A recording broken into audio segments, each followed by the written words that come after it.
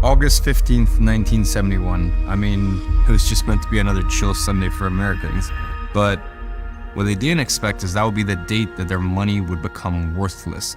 And that would lead to the complete overhaul of the financial system. I have directed Secretary Connally to suspend temporarily the convertibility of the dollar into gold or other reserve assets. An overhaul that's on the verge of being finalized today. And the scariest part is that it's led by one single organization. And this organization is above governments, private and central banks, and even controls 95% of the world's GDP.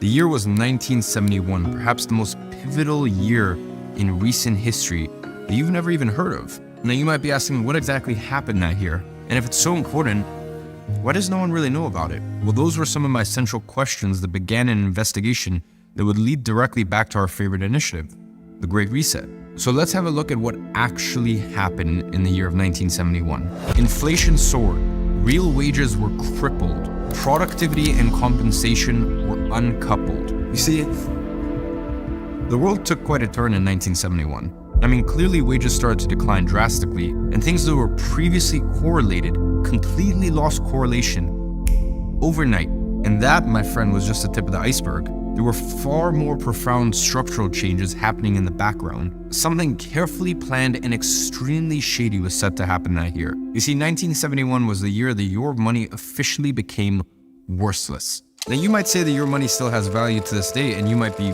partially right, but the question is, why does it have value?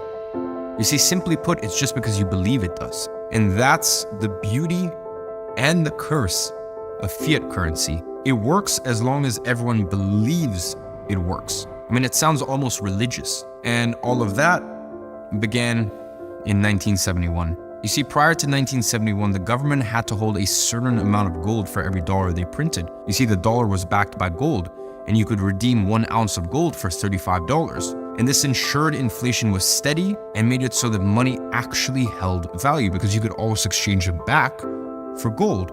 The problem with this, it was extremely hard for the Fed to print more money when they had to put 1 ounce of gold as collateral for every $35 they printed. I mean, it would be much easier if they could just simply, I don't know, print money out of thin air. And that is exactly what they did, and still do to this day. That was the first big event that happened in 1971. President Nixon severed ties between the dollar and its golden base, meaning the dollar was no longer convertible to gold. And that is the very thing that has led to the obscene devaluation of the American dollar ever since. Now, learning that led me to an inevitable question.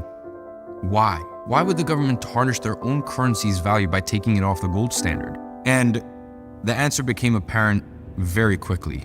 As always, it's all about control. You see, at the time, the US dollar was pegged to gold, and every other major currency was pegged to the dollar. So when England and France threatened to redeem their gold, the Fed was in trouble given their limited gold reserves. And at the same time, the US was facing a recession and was struggling to stimulate the economy because of the government's monetary policy. Because at the time, it was really just limited by the amount of gold they had. So the Fed needed a way out. They needed to boost their domestic economy and make sure the US remained the world's reserve currency. So they decided to go off the gold standard.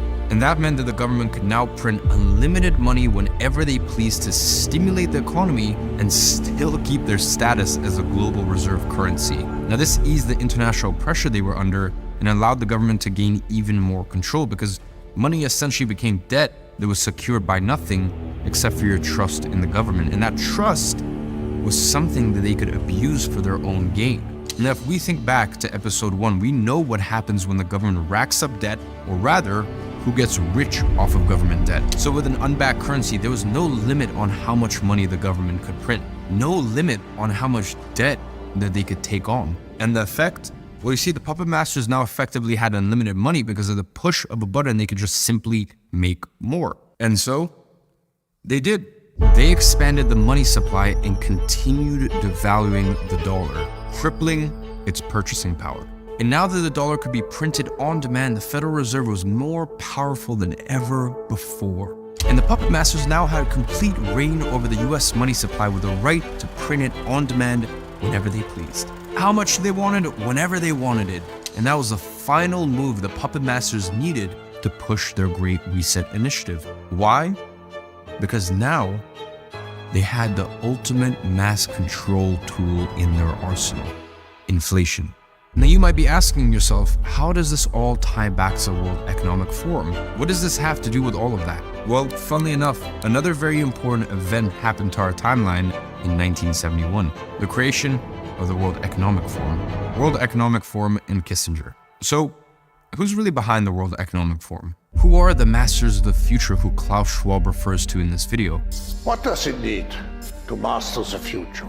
I mean, we already know our buddy Klaus and his sinister intentions, but who else was involved? You see, as I kept looking into Schwab, the World Economic Forum, and the various crises, there was one name that kept popping up in the background. Now, we know that the World Economic Forum boasts that they are a private-public partnership. And we know the public part consists of every major government in the world. But who constitutes the private? As I kept looking into this list, it seemed to be endless. And I was able to dig up the list of attendees to this year's Davos conference. Name any major company, they had a representative there. I'm talking about the likes of Larry Fink, the CEO of BlackRock, the CEO of Bayer, etc., etc. And that begged the question, why were they all there?